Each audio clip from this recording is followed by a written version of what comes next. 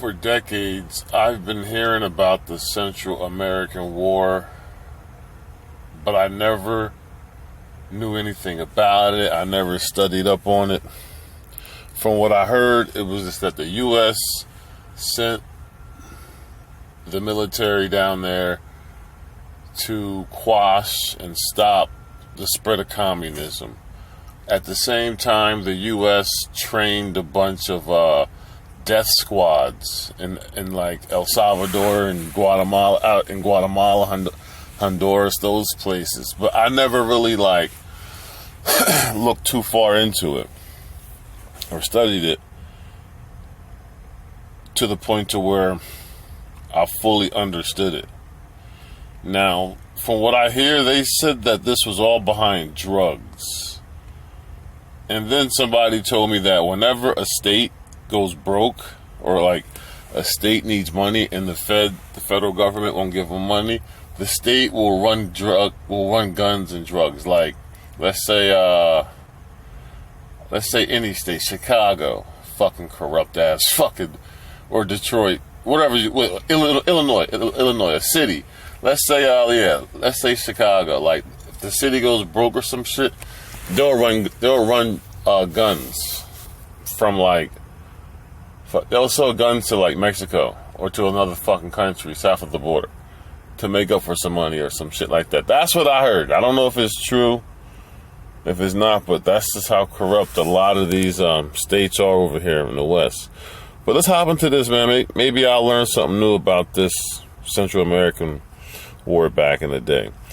It would not be far-fetched to think that the 7 relatively small countries that compose Central America would be a negligible part of world history. The history and identity of Central America has been virtually invisible and marginalized within U.S. political discourse. But yet, the countries of Central America have been a cornerstone of its foreign policy.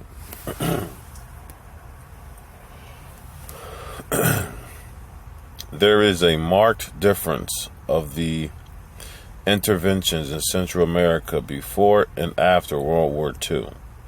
After World War II, the United States emerged as the world's main superpower. The U.S. began to intervene in many countries throughout the world, trying to stop the spread of communism in the Cold War, which had desperate impact on Central America. The U.S. was in the process of becoming an imperial power following the defeat of Spain in the Spanish-American War in 1898 with the signing of the Treaty of Guadalupe. Okay. Hey, Spain put a lot of work in, man, during their colonial time. I heard they even fucking went to go fight and colonize Italy and shit. Spain ran through the entire Latin America, South America, and I just realized this shit, man. They really put in work. Spain, man, that's all the way over there in Europe. They managed to touch a lot of ground. I mean, when you look at how many people speak Spanish now, damn. I mean, that's a lot. Yeah, a lot of folks speak English because nobody has colonized as many countries as Britain. That's why they call it Great Britain. Because, I mean, Britain has so many colonies. I think it's Britain first and then France second. I think Spain is third. Then you got the Portuguese and so on. Let me see where I was at. The principal method in which the U.S. had been intervening in countries throughout the world was through the Central Intelligence Agency. The CIA was created in 1947, 2 years after the end of World War II. The United States intervention in Central America have ranged from creating and arming right-wing death squads to propping up some of history's most bloody dictators. Yes, this is a routine pattern the U.S. does. This is what the country does, man. And what pisses me off is that we tout this rhetoric about freedom, democracy, you know. But we fucking look what the fucking, I'm not gonna say we, look what the fucking country does abroad though, man. It's like some evil twisted shit. It's like that motherfucker that will just smile in your face, grinning, like he's a nice motherfucker, but then behind your back, fucking organizing death squads and shit. I mean, it's some evil twisted shit. And then these same folks are gonna complain about, like, why are these third world countries shitholes? Well, maybe because the U.S. and other European countries are organizing death squads and putting dictators in power.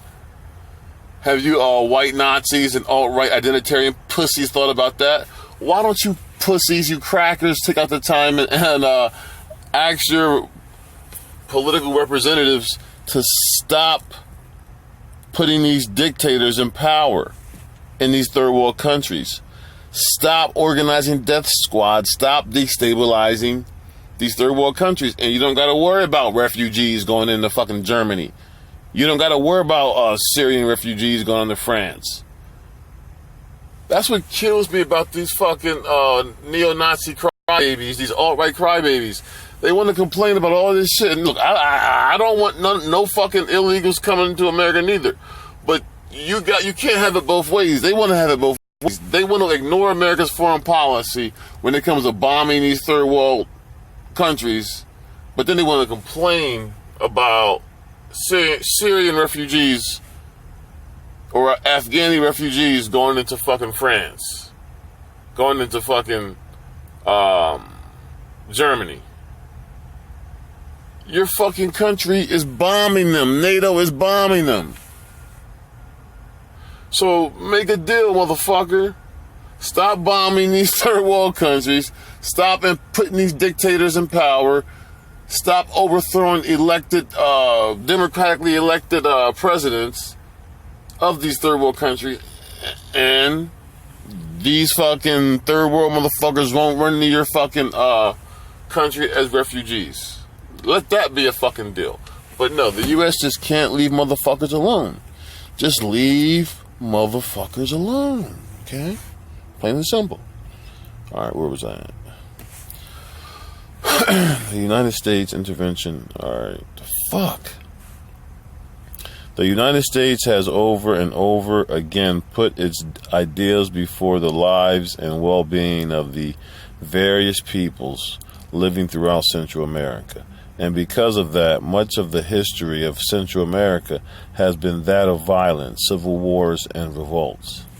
Yeah, look, I can give two fucks about, Latin America and all that shit. I'm just going over this because I heard about this shit, the Iran-Contra. And I don't know if that's connected to this type of shit, but I heard about, the Central American war. And I wanted to cover this. Purpose.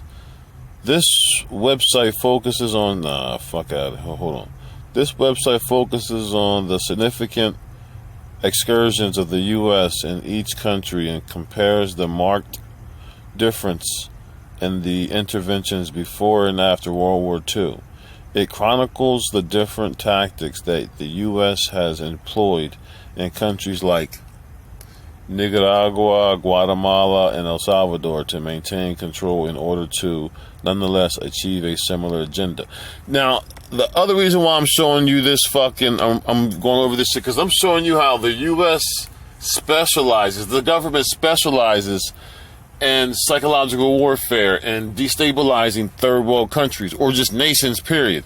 So if the U.S., if your government is able to destabilize nations full of millions and millions of people, imagine the psychological warfare the government is using on black Americans. If you think, I'm telling you, look, this government specializes in all types of fucking psyops, mind control.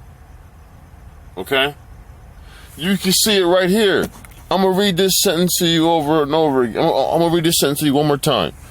Let me see. It chronicles the different tactics that the U.S. has employed in countries like Nicaragua, Guatemala, and El Salvador to maintain control in order to nonetheless achieve a similar agenda. So if if this government has the ability to manipulate governments in Nicaragua and Guatemala, imagine the type of tactics they use on black Americans, ADOS, to manipulate our minds and shit.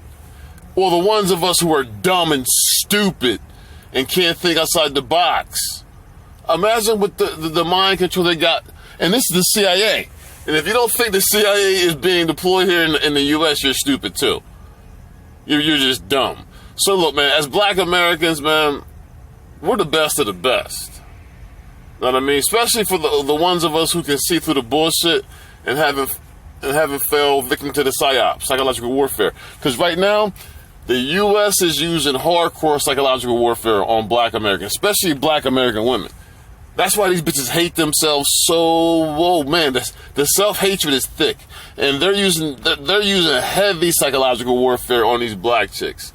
Now, as black dudes, you play your cards right and keep your distance from these crazy bitches, because man, the psyops they are under with the media and social media and all this shit, man. These chicks, they're going through some shit, and they're going to try to. And see, that's what the psyop is for. The psyop is for to mentally fuck the bitch up so she can come and fuck you up. Cause see, they get through the man. They get to the man through the woman. They figure if they fuck the dumb bitch up because she hates herself, she just hates her black African skin so much. So they fuck her up with the psychological warfare, and then they know she's gonna try to bring that shit and fuck you up. But if you on your toes and you ahead of the game, you ain't gonna let that self-hating broad, compromise you. You're gonna see that shit coming a mile away. But yeah, man, that's what this government's able to do and what this government's capable of doing. Be smart, read between the lines, and be careful with the TV, man. Those commercials, all that shit, man. It's all staged and set up for mind control. I'm telling you, man. When I watch TV, I watch ESPN. I watch the sports channel. Now, if I do watch some shit on TV, I'm always like, I don't want to say my third eye because that's some strange ass shit, but it's like, I'm always watching the TV with like, all right, you motherfucker ain't gonna program me with no shit. I'm always like looking for some shit, like some subliminal shit that they're trying to put out, and I always catch it. So yeah, man, you're under this hold on, I'm gonna read this sentence again just so you can fucking understand. It chronicles the different tactics that the U.S. has employed in countries like Nicaragua, Guatemala, and El Salvador to maintain control in order to nonetheless achieve a similar agenda. This web project gives this too often overlooked subject and area of the world the exposure that has been lacking in the discourse of Latin American history. The fuck, man? That's all? Get the fuck out of here, man. Hold on, dude. Let's go find some more of this shit. Damn, that was it? I thought I was gonna get into the fucking article. Let me see. Containment. America's plan to curtail communism. Nah, I want this Latin American shit. Eat whatever it's called. Central. Fuck! What the fuck just happened? Nah, go back. I'm on 14 minutes already, dude. So I don't want to go over too far. So I got to find this article about Central America real quick. The fuck. All right, I gotta find something.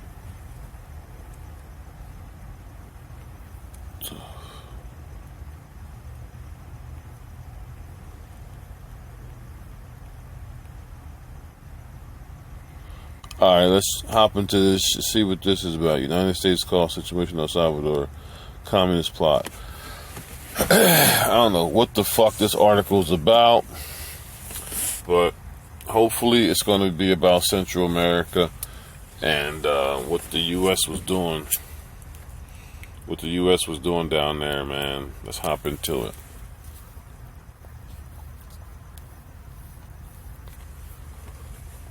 The U.S. government releases a report detailing how the insurgency in El Salvador has been progressively transformed into a textbook case of indirect armed aggression by communist powers. The report was another step indicating that the new administration of Ronald Reagan was prepared to take strong measures against what it perceived to be the communist threat to Central America. Alright, maybe they're going to get into it right here.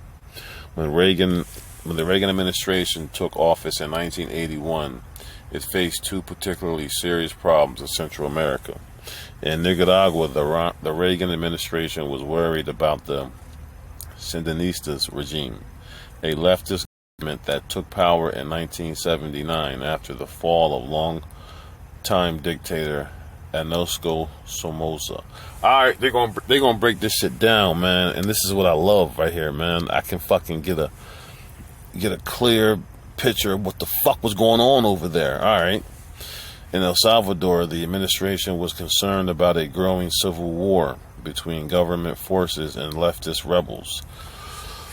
So both countries had some shit cracking at the time. At the same time, I wonder who was funding this shit. Hold on, let me get back into it.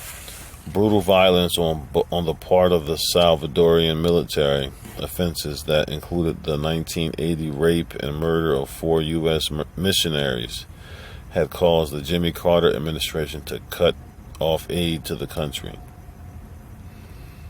Alright.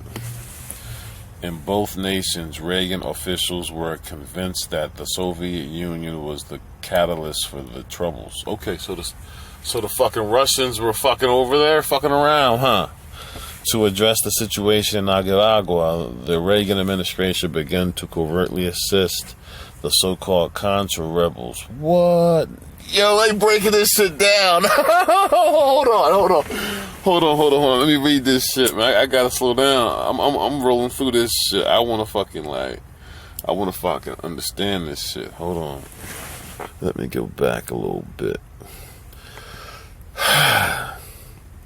In both nations, Reagan officials were convinced that the Soviet Union was the catalyst for the troubles. To address the situation in Nicaragua, the Reagan administration began to covertly assist the so-called Contra rebel forces that opposed the Sandinista regime and were based primarily in Honduras and Costa Rica. Alright, so now this is what I'm getting so far. So the U.S. started to fund the Contra rebels forces. Well, the Contra forces. The rebel, whatever it is, the Contra rebel forces, alright? The U.S., alright, was giving them motherfuckers, guns and shit. And then it looks like those dudes were mainly based in Honduras and Costa Rica. They mainly opposed the Sandinista. Alright. For El Salvador, the February 19 report was the first volley. The State Department memorandum indicated that the political direction, organization, and arming of the Salvadorian insurgency is coordinated and heavily influenced by Cuba with the active support of the Soviet. What the fuck? Oh shit! Yo, man, Cuba was fucking around too. So what's Fidel? Fidel was fucking around too. Let me read this shit. Hold on. The State Department memorandum indicated that the political direction, organization, and arming of the fucking Salvadorian insurgency is coordinated and heavily influenced by Cuba with the active support of the Soviet Union, East Germany, Vietnam, and other communist states. So damn, it was a it was a push, consistent push, funded by the Soviet Union, East Germany, and Vietnam to spread communism into Central America. And I guess the U.S.A, shit, we don't want that shit that close to our borders. But wow, East Germany, because I guess Germany was separated. Yeah, that's what I heard. You had East and West Germany at one point. It thereupon provided a chronology of the communist involvement in El Salvador. Damn. In response to this perceived threat, the United States dramatically increased its military assistance to the government of El Salvador, provided U.S. advisors to the El Salvadorian armed forces, and began a series of National Guard training exercises in and around El Salvador. See, this is where the U.S. trained these death squads, and that's why those death squads turned into MS-13. Yeah, and see, when you do the research, you'll realize that these are just some ragtag pussies, in my opinion. But at the end of the day, you know, the U.S. does this shit. They train these folks, and then they say that they're big boogeymans when they're fucking really not. They're really not. Okay, where was I at? And begin a series of National Guard training. All right. To no one's surprise, the conflict in El Salvador escalated quickly, and charges of torture, kidnapping, and assassination flew from both sides of the Civil War. During the 1980s, U.S. military assistance to El Salvador topped nearly $5 billion, but the violence and instability continued unabated. In 1992, the United Nations and President Oscar Arasa Costa Rica arbitrated an agreement between the warring factions. Arbitrated an agreement between the warring factions in El Salvador. A UN commission also condemned the U.S. complicity in atrocities committed by the Salvadorian military. President George Bush, who served as Reagan's vice president in the previous administration, discounted the UN accusations.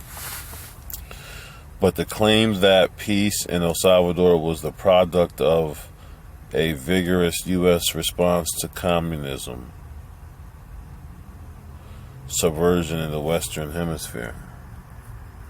Alright, man, that's it, dude. I'm out. That's it. Yeah, man. This was a good read. Now I have a better understanding.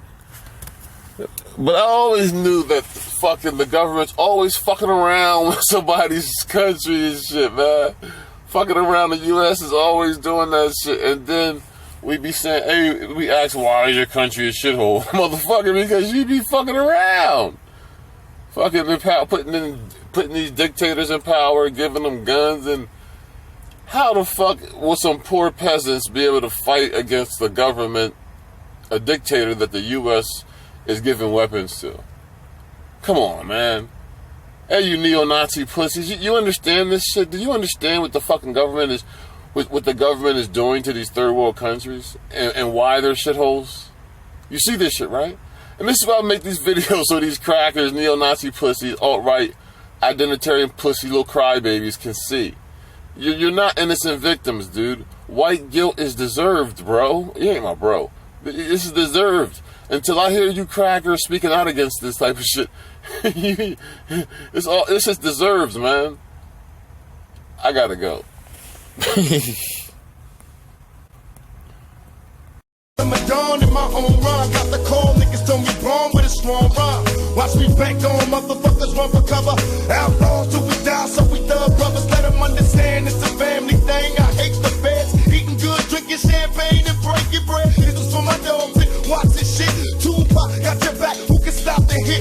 And even with these cops that they see it for me, I die screaming motherfucking M.O.B. Now did you hear me? Spitting clearly, niggas fear me. Too next to me, not to hear me. Slide on these sucker busters, ride on these motherfuckers, please. Recognize that's OGs. We can get wild, but understand just who got 'em. Rocking with that operation, knocking out the bottom of it.